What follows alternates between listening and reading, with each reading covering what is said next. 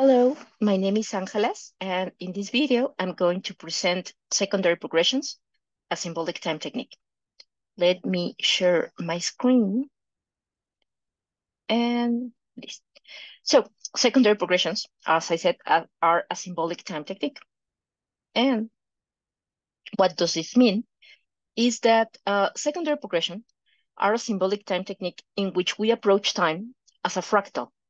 Fractals, as you may know, are geometric figures in which each part has the same shape or character as the whole. So they account for patterns that repeat themselves in progressively smaller or larger scales. So secondary progressions approach time in a similar fashion, considering that the first days of life of an individual give information about the way in which their years of life will unfold. We use the transits of the following days after birth, matching each day with 1 year of life. This means that, for example, the transit for the next day of someone's birth could be the secondary progressions for the first year of life, or the transits for 20 days after birth could be the secondary progressions for the 20th year of life. And what they show. Secondary progressions show cycles of development. They point to a way in which the natal chart unfolds in time. Although natal charts stay the same forever, secondary progressions give us information in regards to ways in which they transform over time. This means that each person has a particular pattern of growth given by the specific configurations at the time of their birth. So this is a technique that will give account of cycles of inner developments that are very particular to each individual and how they work. As it usually happens in astrology, this technique can work in a simple and straightforward manner that can then be increasingly complex. This presentation of the technique is for beginners, so I will approach the fundamentals so that you can start using the technique without further complications. First, you can calculate the secondary progressions for any date you want in any astrology software or in sites like astro.com or in AstroSeek. AstroSeek in particular has a lot of interesting and super cool features that you can explore and that can give you very interesting insights in regards to ways in which previously changes in your secondary progressions may have been reflected in your life, or for following changes that you're still going to live, but to find those important pivotal moments that are very interesting to explore. But before we can do that, we will start to get acquainted to or understand how secondary progressions work.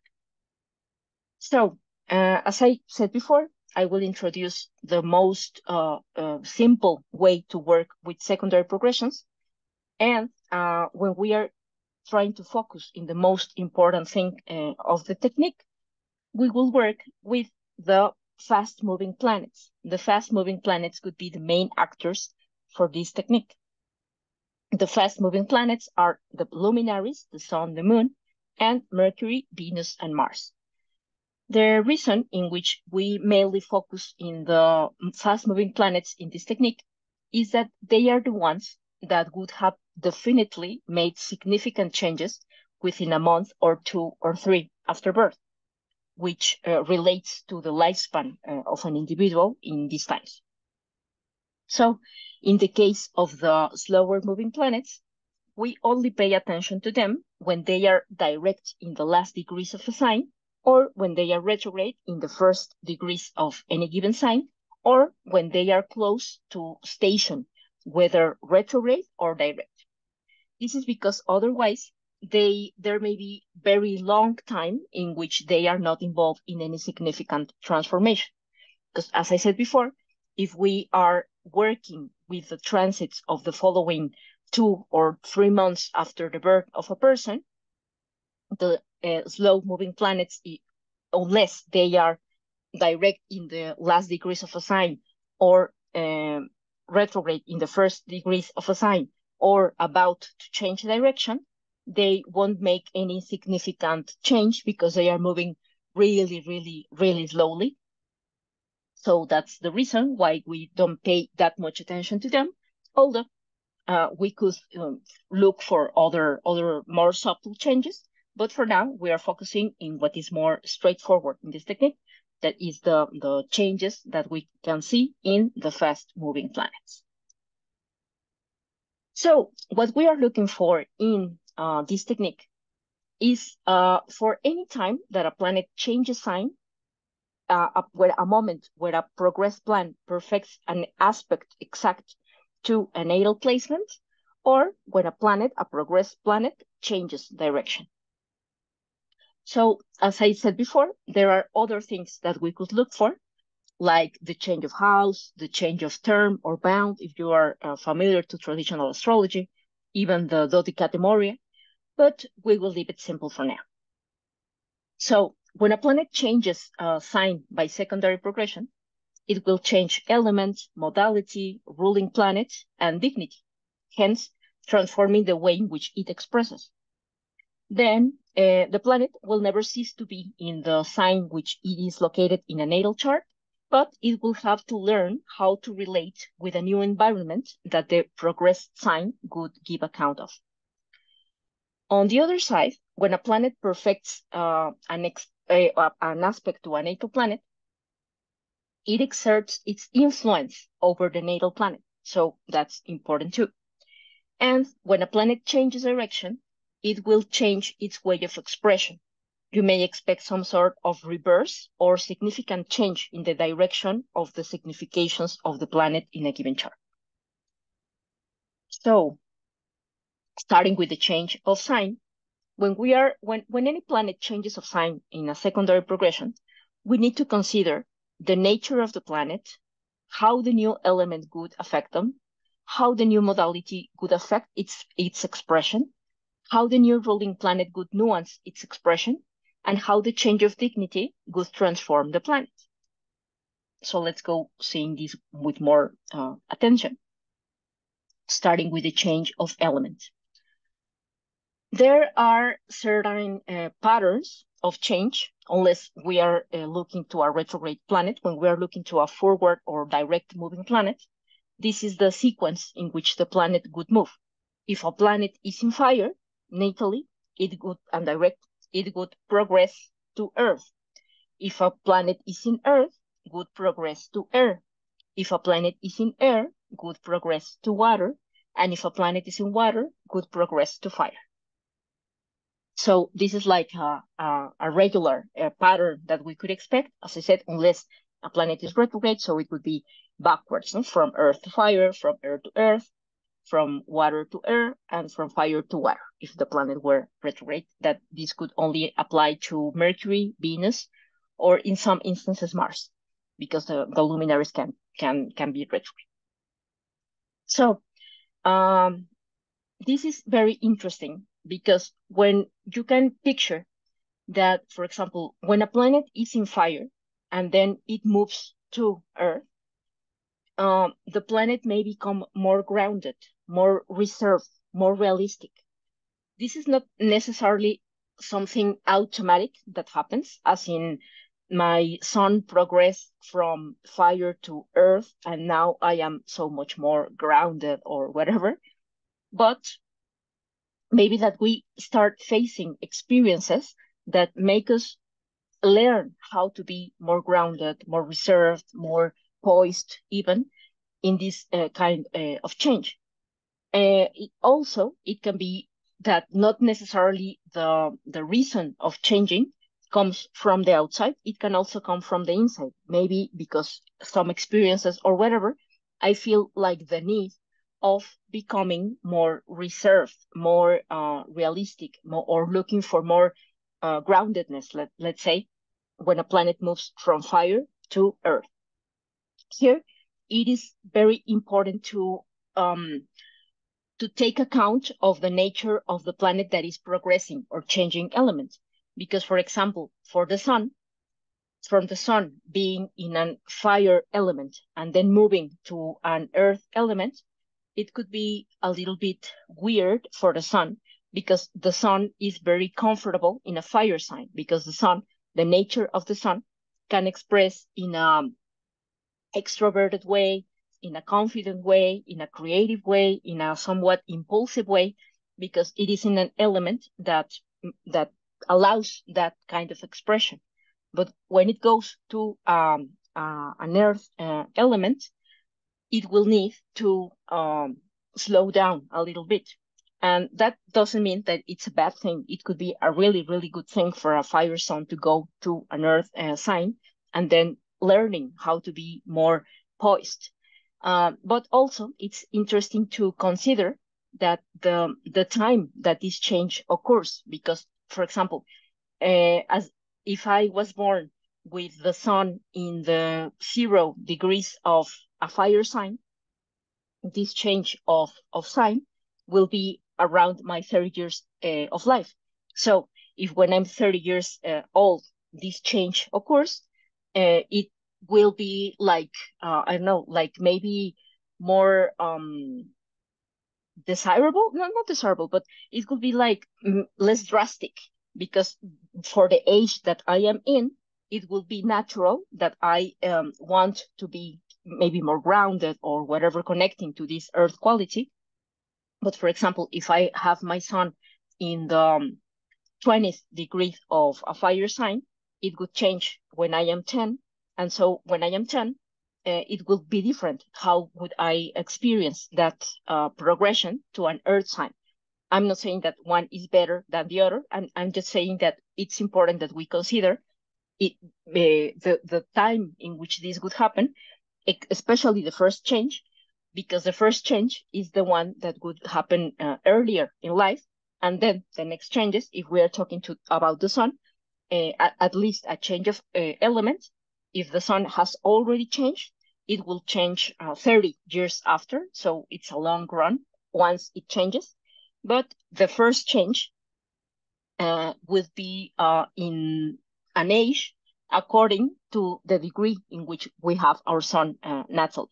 And well, this is not only applicable to the sun, it works the same way with other planets, but I'm using here the sun as an example because it's the easiest to calculate when it will happen, and it's more general because the sun has like a regular speed of movement, and also because it is very constant the way in which it moves. So it's important to consider the nature of the planet and how this nature would be affected for better and for worse, or for to say it in another way, what this planet can learn from this change of element, but also what challenges this planet would encounter when it needs to relate to a whole different environment, as when it changes from fire to earth, for example. But then when a planet is in earth and it changes to air, the transformation could be different, because in this way, the planet would become lighter, more agile, or gain perspective, or be more connected to the mind, to reasoning, to word, to communication, to sociability, to the need to connect with others, maybe. So again, it's important to recognize the nature of the planet that is changing, because there are planets that are more flexible by nature, like Mercury, for example. There are planets that are not that flexible by nature, like the sun, for example. And it's important to notice the nature of the planet, but also to understand that if a planet has been in a more grounded space, then it has to become more flexible. It has to move faster. It has to transform to a need to connect that maybe before wasn't that strong for that planet. And it will be a different opportunity of learning, but also a different challenge for the planet. Then, when a planet changes from air to water, it may become more sensible, more introverted, more guarded, more maybe more reactive even. And again, this will be differently experienced according to the nature of the planet that is making the change. And again, there can be opportunities of learning and also challenges when a planet changes from air to water. And at last, when a planet changes from water to fire, it may become more active, energetic, more extroverted. And again, it depends on the nature of the planet if this change will be experienced like a relief, or if it will be experienced as exciting, or if it would be experienced as frightful or weird or whatever, because it could depend on the nature of the planet. Also, the time the planet has been in the different element, because it's not the same to if this planet just I don't know, was in water for a couple of years, or if the planet has been 30 years in that element. So that's something that we could pay attention to also. But the point is that, again, in this transformation from water to fire, every planet that makes this change could have to adapt to a different environment, and consequently would have new opportunities that before were not available, and also new challenges that before were not there. So this is regarding the change of elements. Then, when we think about the change of modality, generally, again, unless retrograde, the pattern of change of modality will be from cardinal to fixed, from fixed to mutable, and from mutable to cardinal. A planet changing from cardinal to fixed sign will need to learn how to focus, because cardinal energy is like more impulsive, and when it comes to a fixed sign, it kind of needs to stop and to reiterate instead of moving fast into different directions. On the other way, when a planet is in a nail in a fixed sign and it changes to a mutable sign, it will need to learn how to adapt and how to be more flexible, because a planet in a fixed sign tends to be more focused or grasping to the same thing, or repeating itself, or repeating certain cycles for better or for worse. But when it progresses to a mutable sign, it needs to loosen, to learn how to adapt to different circumstances. And at last, when a planet moves from a mutable to a cardinal sign, it will need to learn how to be more directed and relate with powerful impulses, because everything that is in a cardinal sign moves from a clear direction that is very powerful, propulsed by inner impulses. So a mutable sign, a mutable planet, or a planet in a mutable sign that progresses to a cardinal sign would have to learn how to relate with these impulses. And then thinking about the change of dignity, when a planet changes a sign, it usually gains or loses dignity. Or in some instances, it might gain something and lose something. That is also possible. And instead of thinking this as a planet becoming better or worse, think about it as a planet needing to adapt to a new environment, needing to learn how to use new resources that are available to them. If the planet gains dignity, it is like coming back home, like receiving more support or being more able to express the qualities that could be natural for the planet. If a planet loses dignity, it means that the planet will need to learn a new set of skills that might be uncomfortable at first, but might help it in the long run. Here in the dignity, we can also acknowledge the change of rulership. What relationship could the planet have with its new ruler? Because, for example, if you have a natal, I don't know, moon in Cancer, let's say, and then it progresses to Leo, how the moon could relate to the sun. And here you can think about the way in which planets can relate, both by their natural significations, but also how they relate in the natal chart. And you can do this with any change of dignity, and from it, the change of planets ruling the planet that is progressing. So concerning the fast-moving planets, here I give you an approximation of their speed that vary in each chart according to the solar phase in which the planet is, especially Mercury, Venus, and Mars that are the more changeable of their speed. But this means that in spite of the degree in which one has any of these planets in the natal chart, given that each sign has 30 degrees, the moon may change sign in a year, the sun in 30 years, and with Mercury and Venus and Mars, it's more variable because it depends, as I said before, if they are going direct or retrograde, or if they are moving faster or slower than average. But to know when we would expect the first change by secondary progressions, we need to acknowledge the degree in which the fast-moving planets are.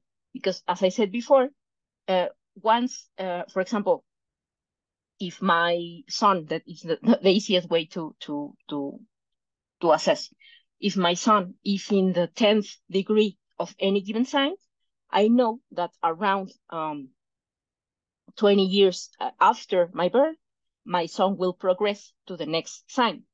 But if I have my sun in the 29th degree of any given sign, I know that the next year, when I turn 1 year old, that sun would have progressed to the new sign. And with the other planets, it's the same. Maybe it's not so consistent, the time in which they might change because of their changing in speed. But here you have like some parameters, because even the moon can move a little bit faster than this, but not that much faster. And Mercury, depending on its phase, it can move 0 degrees because it's stationed or retrograde, or it can move like 2 degrees tops in a year. Venus can move from 0 to 1 degrees per year, and Mars can move from 0 to 45 minutes per year. In the average, Mars could be like in 30 minutes per year, Venus like 1 degree per year, Mercury a little bit more than 1 degree per year. But this can be a little bit changeable. But here you can have like an idea, or although you don't need to do the calculation by yourself. As I said before, you can use an ephemeris, or you can use these programs or websites that calculate the secondary progressions for you for any given date that you want. But I think it's also useful that you get an idea of the times in which you could expect a change in direction or whatever with the planets. And as I said before, don't worry about the calculations, because a computer can do it for you. And God bless technology in this regard, but you can have like this information for you to have an idea. And when we are moving to consider what to consider in regards of interpretation, we would consider as I said before, the nature of the progressed planet, because that will give you an account of what kind of areas of life or expressions would be the ones changing. Also the reaction that we would expect when that planet, according to its nature, moves to a different place. Then we would consider the house it occupies in the natal chart, because even though a planet that is changing is moving from its natal place, it will always stay in the natal place when we are looking at the birth chart, which is like the time out of time, let's say. And so even though the planet is moving, the house in which a planet is in a natal chart is the house in which that planet is acting more directly, where its influence is more direct, more intense, because there is that we can see directly the influence of the planet. So when a planet changes in secondary progressions, the themes in regards to that house where the planet is natally would make a transformation also, and would be influenced by that transformation. We would also consider, as I said before, the house or houses that the planet rules. Because at least this is an important thing to notice. Even when planets in our charts are not in their domiciles, the planets are always responsible for their domiciles. This means that even it doesn't matter where the moon is in a given chart, the moon will always be responsible of Cancer. It doesn't matter where the sun is, the sun will always be responsible of Leo.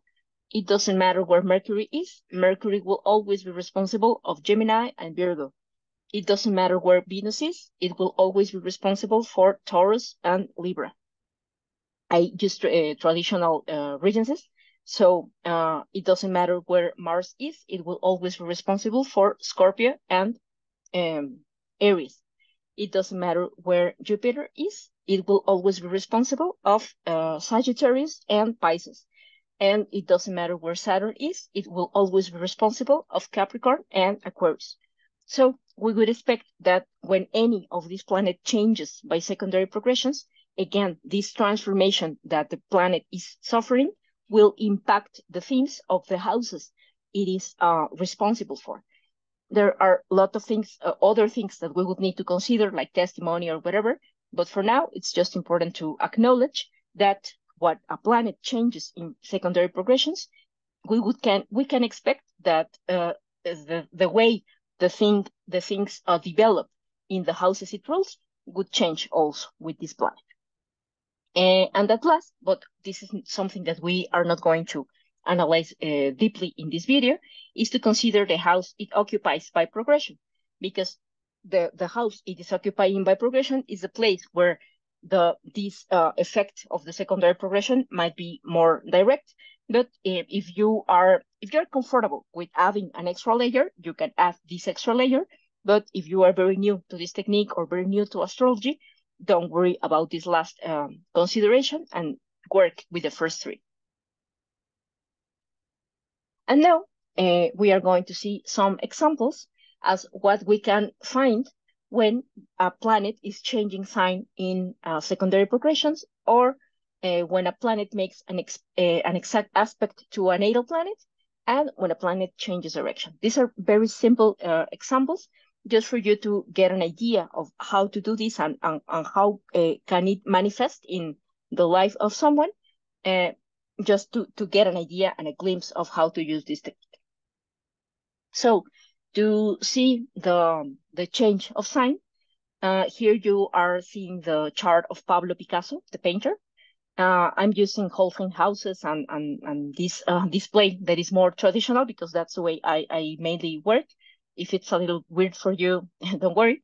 You can use the house system of your preference. It doesn't matter. The technique works really great.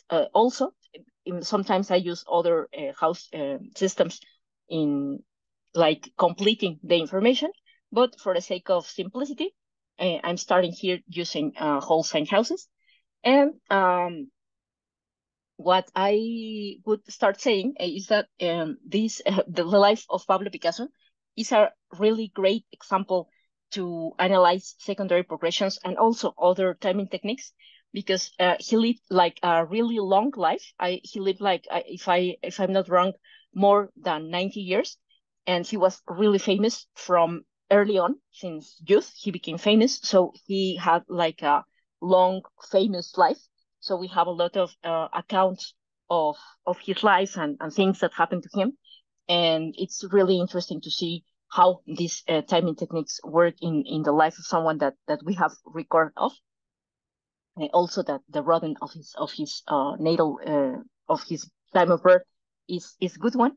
So I would recommend, if you have the time or curiosity, to explore a chart of Picasso and timing techniques over it. But for now, to keep it simple, as I said before, we here, well, what you are seeing here is the natal chart of Pablo Picasso. But here down, you are seeing the secondary progressions for 1909, that is the beginning of his Cubist period. I believe most people know who Pablo Picasso is, but if there's someone that doesn't know who Pablo Picasso is, he was a painter that was very prolific and really famous, but the most I don't know, the style of painting by which he became famous, and that is like the most associated with his work, even though when he did all other styles of painting, was Cubism. And this style of painting that was so representative of Picasso and his legacy started in 1909. And this is really interesting because here you are seeing this feature I told you that is really interesting in AstroSeek. You can find it in the menu of secondary progressions as a natal progressed calendar, and there you can choose from which date you want to see the progressions. And what it is going to do is that in this column you may find the year that, well, you choose the years over here, but then in this column, you will see the year, the succession of years. And here you will see like the angles, the luminaries, Mercury, Venus, the Mars, all the transpersonals, the North Node. And you will see like the sign and the degree in which each of these planets or angles or points where at the moment the person turned, in this case, for example, 27, and then in the next row, the, the sign and the degree in which each of these planets or points were when this person turned the next year, that would have been 28, and so on. I mean, the list would be larger. I here just chose the year I wanted to share with you. But in the application, you can see like much more information. And this is really cool technique because even though it's not as exact like this day, well, the day it's exact for the day of the birthday of the person. But if you want to check a date in particular, you can do it in another place or calculate the secondary progression for that date in another tool on AstroSeek or in astro.com or in another astrology software. But the reason that I was telling you that this progress calendar, I find it really, the reason why I find it really useful and cool is that so easily you can spot where planets change signs. So this is like one of the most important points in this technique. And here you can spot it like immediately. You don't need to be like calculating all 30 years, 20 years. You can see the moment when we would expect these important changes. So as I said, we are here seeing like the secondary progressions for when he turned 28 in 1909. And here, what is really interesting is that you may see that the sun, which is natally here in the second degree of Scorpio, moved to Sagittarius. Here, when he turned 28, the sun was already in the 0 degree, 51 minutes of Sagittarius, which would tell us that the actual change from Scorpio to Sagittarius was a little bit before the birthday of the 28th birthday of Picasso. It was before, but still we have like a cool approximation in regards that it was he was a Scorpion, so we would which is like a birthday at the end of a year, but here we could deduce that this change didn't happen at the end of the year, but maybe at the middle or even the beginning or closer to the beginning of the year, which matches this time in which Picasso started drawing Cubist paintings and started being famous because of this innovation in art, which is one of the reasons why he's so famous still today after years that he has been dead. And also, it is interesting because Cubism is a form of art that breaks rules. That it's funny because sometimes when people see the famous Cubist paintings of Picasso, they might get the impression that he didn't know how to paint or that he didn't have a clear idea of proportion or scale or dimensions because their paintings which are cubists, are like a deconstruction of proportion, a deconstruction of ways of presenting shape. And that's not the case, because Picasso knew how to draw. Picasso was a very good drawer, painter. He knew how to work with color, with dimensions or whatever. But when he started exploring Cubism, he tried to go to a place that was not familiar, to a new place, to a way of communicating through his paintings, in which he would break the mold of what has been before done, exploring with these painting techniques and giving birth to something that was like freeing the painter of the constraints of you have to do this proportion, you have to use color this way, you have to this these like more academic ways in which painting was supposed to be done, and breaking with that rules. And here you can see like this mix of this scorpionic solar expression, in which I don't care if you like me or you don't, but at the same time, this Sagittarius expression, in which I want to go further, in which I want to explore, in which I want to take risks and show myself and explore different kind of experiences. So I think it's really great the way this change in the sign of the sun of Picasso was represented.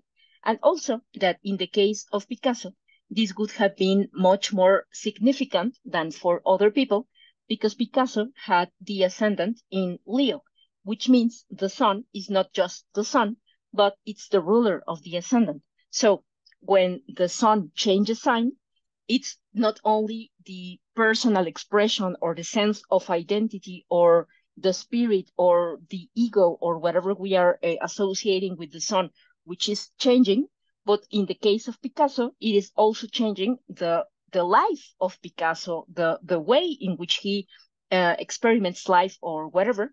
And this is something that we can definitely see, because even though he was recognized before Cubism, it was with Cubism that he became like an international figure, like a rock star in art, and also that he became even more rich or richer and famous, more famous or whatever. So we can see that it's not just that I change my style or I change the way in which I create or the way in which I share or what I want to share, but also my life changes in the case of Picasso, because the sun was also the ruler of his ascendant. And in regards to the house placement of the sun, when we are using whole sign houses, it's the only system in which the MC and the IC can move from a different house, which is not the 4th or the 10th. In this case, if the MC is here in Aries in the 9th, the IC would have been here in Libra in the 3rd. But the 4th keeps the significations of like the IC, like family or the place of residence or these significations of the 4th house. But also, even though the 4th, or besides that the 4th house keeps these significations, the sun is really near, not that near, but still near the IC, which would have been here at 25 degrees of Libra. So also, this change of the progression of the sun to Sagittarius would have been reflected in themes in regards to his place of living, being the house he lived, the city he lived, the country he lived. And in his case, actually, it happened that when he started exploring this new style in painting, he moved in his life like many times. This was not the first nor the last time he would move places, but keeping like the thumb over the technique, we can see that also these changes of place or housing or the relationship that one has with the family would have also changed because of this change in progression. Sorry. And so this is a simple example of what changes we can see when a planet changes sign in secondary progressions, especially when a planet is important in the chart of an individual. And then here, for example, this is the natal chart of Picasso, but here in green, in the outside of the circle, you are seeing the secondary progressions for February 1917, I'm sorry, 1917. Yeah, sorry. I was thinking if this is the right way to say the dates in English, but I hope it is. But if not, like you would be understanding me, I hope. If not, well, it is written here. So these secondary progressions are for the exact date in which Picasso arrives to Rome for the first time with his friend Jean Cocteau. He was already famous by this moment. As I said before, he was already super famous by the first, 1910, 1910. But this visit to Rome, which was, as I said, his first visit to Rome, changed his life, changed his art, in not only in the kind of art that he would be doing forward, but also in his personal life, because there, in that travel, he met the Russian ballerina Olga Chochlova, his muse and his wife and mother of his first son. Picasso was some sort of womanizer. He had like several marriages in his long life.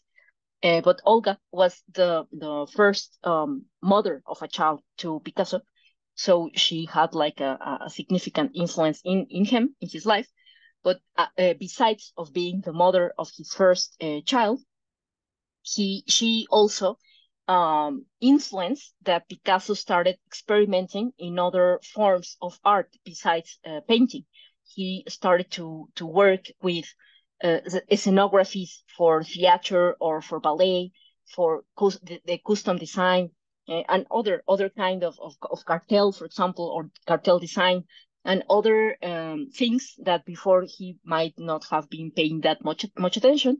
But since he was in love and committed to a ballerina that was so involved in this world, he also got fascinated by this world of the dance and theater and this kind of stuff. And so the way of his life also changed dramatically at this period, or at this moment.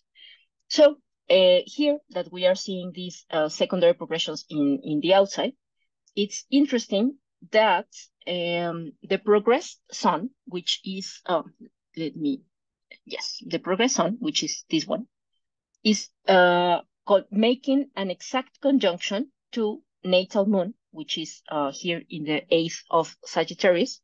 As we can see, it's like a couple of years after the sun has changed signs, like 8 years after the sun has changed sign. But now it's, even though it's still in Sagittarius, now it's making an exact contact to a natal planet.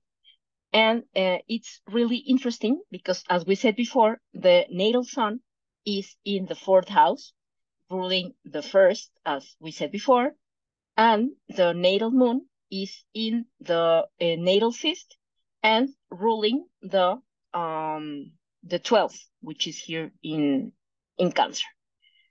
And this is really interesting because, I mean, there could be other significations or other associations we could make with this exact conjunction between the progressed sun and the moon. But the most evident, and which we actually see in the life of Picasso, is that, as I told you, he met his wife and the mother of his first son. So when sun and moon encounter by secondary progression, generally it can be an indicator of a marriage, of maternity, paternity, or of course this depends on the context and the life of the person, because if the person is already married, it doesn't mean that necessarily they will remarry or that necessarily they will have children or whatever. But it's one of the main significations that we could expect, because we are uniting these significators of marriage, which would be the encounter of the luminaries.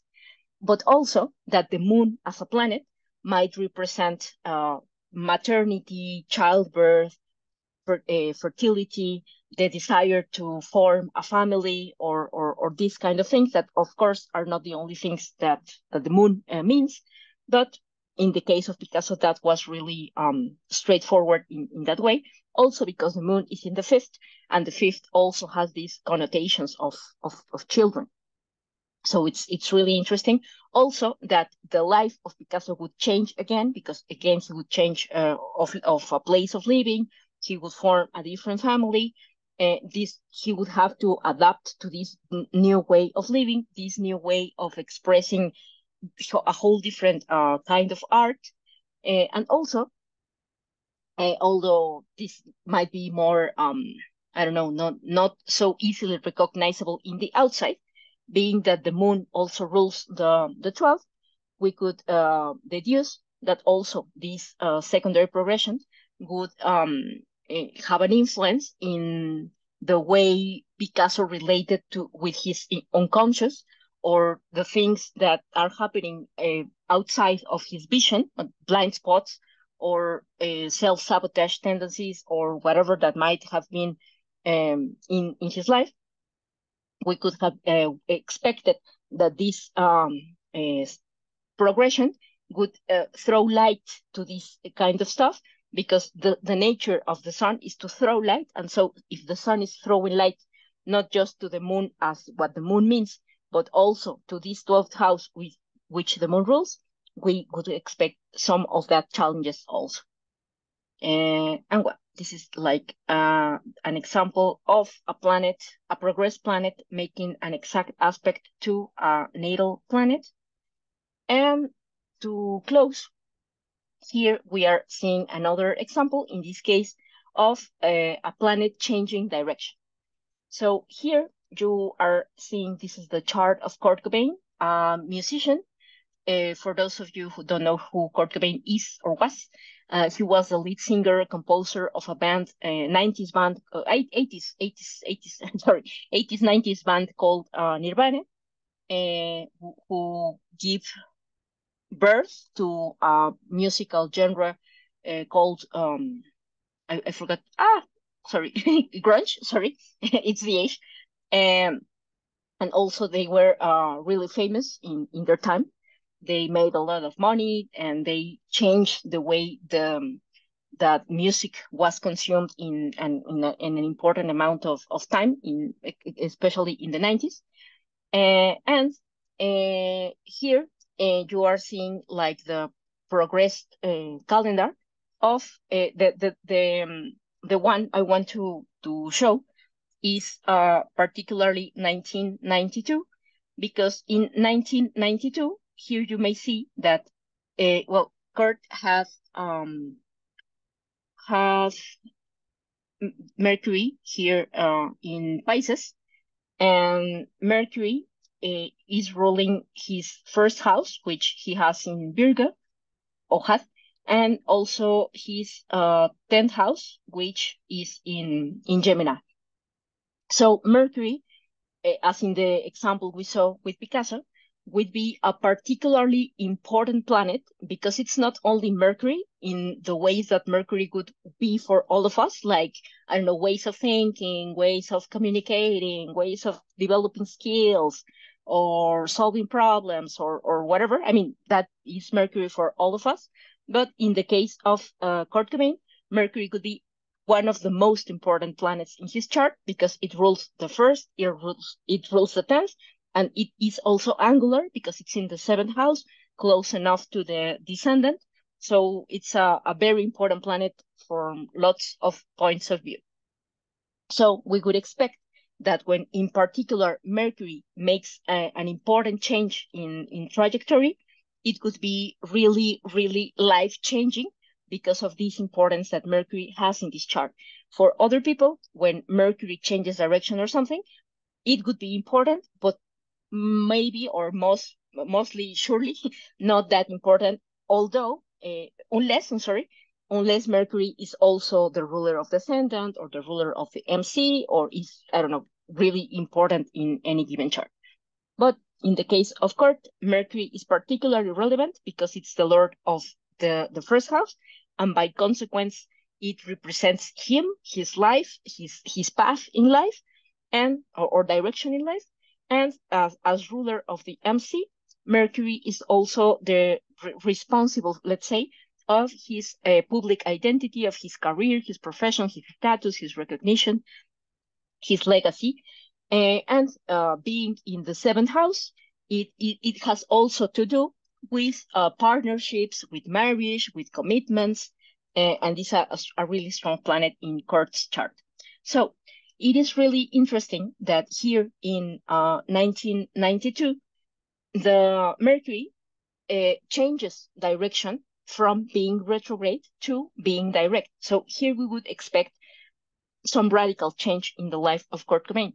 And this is really interesting because in 1991, which was 1 year before this change, Nirvana records Nevermind.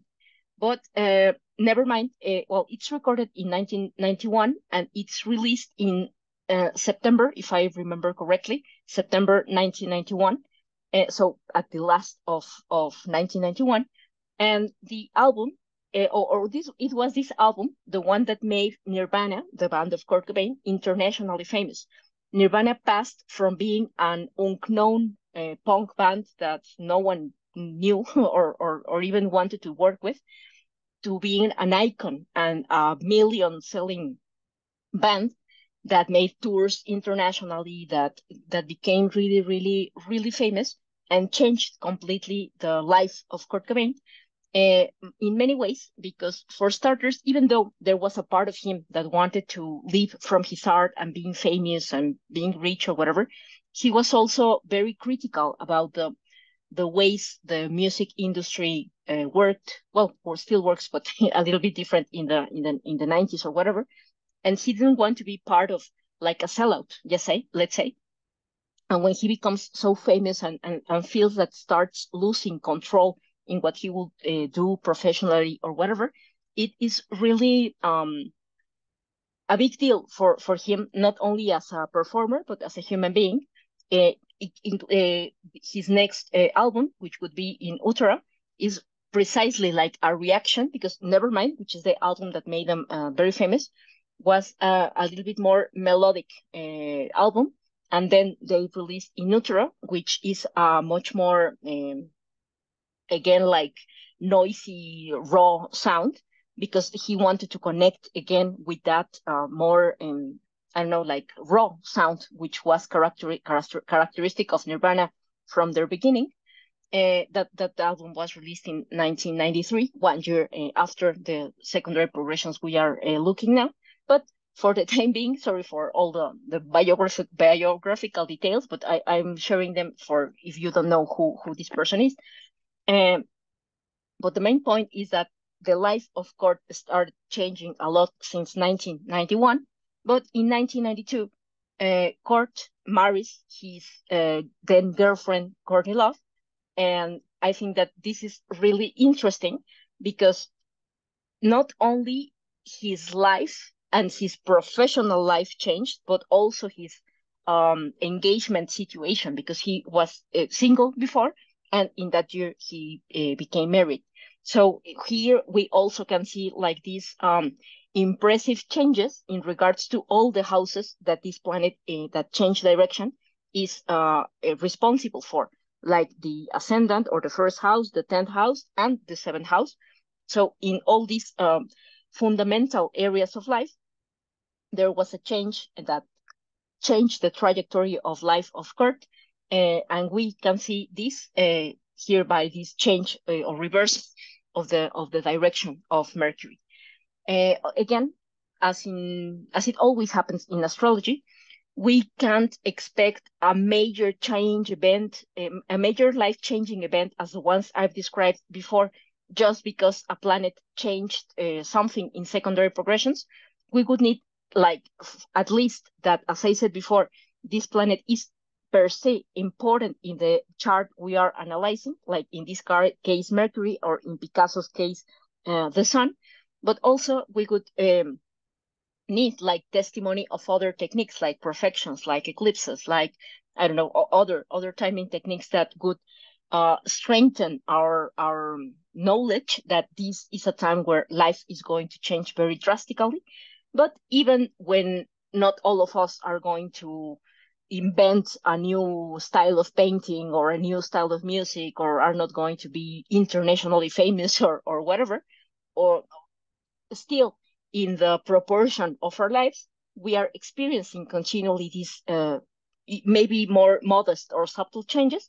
And these changes, we can see them through, among other techniques, through secondary progressions. And well, so for you to have some key information in regards to each of the planets and their natures, and what kind of things we could expect to change when they change sign or aspect in our planet or change direction. Of course, as I said before, it's really important to think about the houses these planets are related to. But besides of this other thing that is particular to every chart, these are information that you can keep for every chart, which are more related to the nature of the planets themselves. So if the sun changes or does something in secondary progressions, we can expect changes in the expression of self or spirit, or that it illuminates whatever it is touching. Then if the moon is the one that is changing, we could expect changes in physical and emotional things, changes in lifestyle, or remember that the nature of the moon is to reflect and to react. Here I made like a little note because for time's sake, we are not going to be able to focus or deepen in the subtleties of the technique. But in particular with the moon, we can make a lot of things that are not possible with other planets because the moon is really fast. So when the moon is changing, we can pay attention not only to the change of signs or the aspects to natal planets, but also the phase, the lunar phase that the moon is. And these changes in phase will give account of periods of determinate atmosphere or determinate experiences that are needed to be lived in a particular way that is relevant to the lunar phase in which the moon is. As I said, there are, of course, a lot of more of things to say about that, but for now, it's just for you to know that we can do that the secondary progressions of the moon are a technique by itself, but also we can apply the same principle core techniques that I shared with you today. Then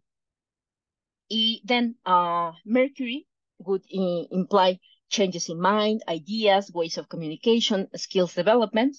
Mars would imply changes in action, in drive, in energy. Jupiter, if it's the case that it changes in our chart or makes a contact with other planet in our chart by secondary progression, would imply changes in phase, in luck, in opportunities, in wealth, in perspective. Saturn, if it happens to make a change by secondary progression, would imply change in responsibilities, boundaries, restrictions, maturity. And as I said before, also think about the houses these planets rule and the planets these houses are. These planets are, sorry, the houses these planets are, because that would be important for your interpretation also. And well, for now, that's all. Thank you very much if you made it through this point. I hope you enjoyed this video, thank you for being patient. I'm not a native English speaker, as you surely noticed.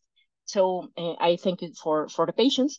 And if you want to reach out, to have a question, a comment, if you want to share an experience, if you want to comment whatever you want, or if you want to reach me by every other reason, you can find me in my website, which is delcaosalcosmos.com. It's in Spanish, so if you don't speak Spanish, maybe that's not the best way to go. You can find me also in Twitter as Tweet Astrológico is my handle, or in Instagram like Madame Angelique. Although most of my content is in Spanish, if you write me in English, I can talk to you easily. My written English is way better than my speaking English. And if you prefer like to have a direct conversation or information regarding the technique or whatever other thing you might like to know, please send an email to soycaosicosmos@gmail.com. It would be a pleasure for me to know from you, to listen. If you have any, as I said, question, comment, something you want to share in regards to your discoveries of the technique, I would love to listen to you, to read to you. And thank you very much for being here. See you soon. And thank you to Nadiya for this invitation. Ciao.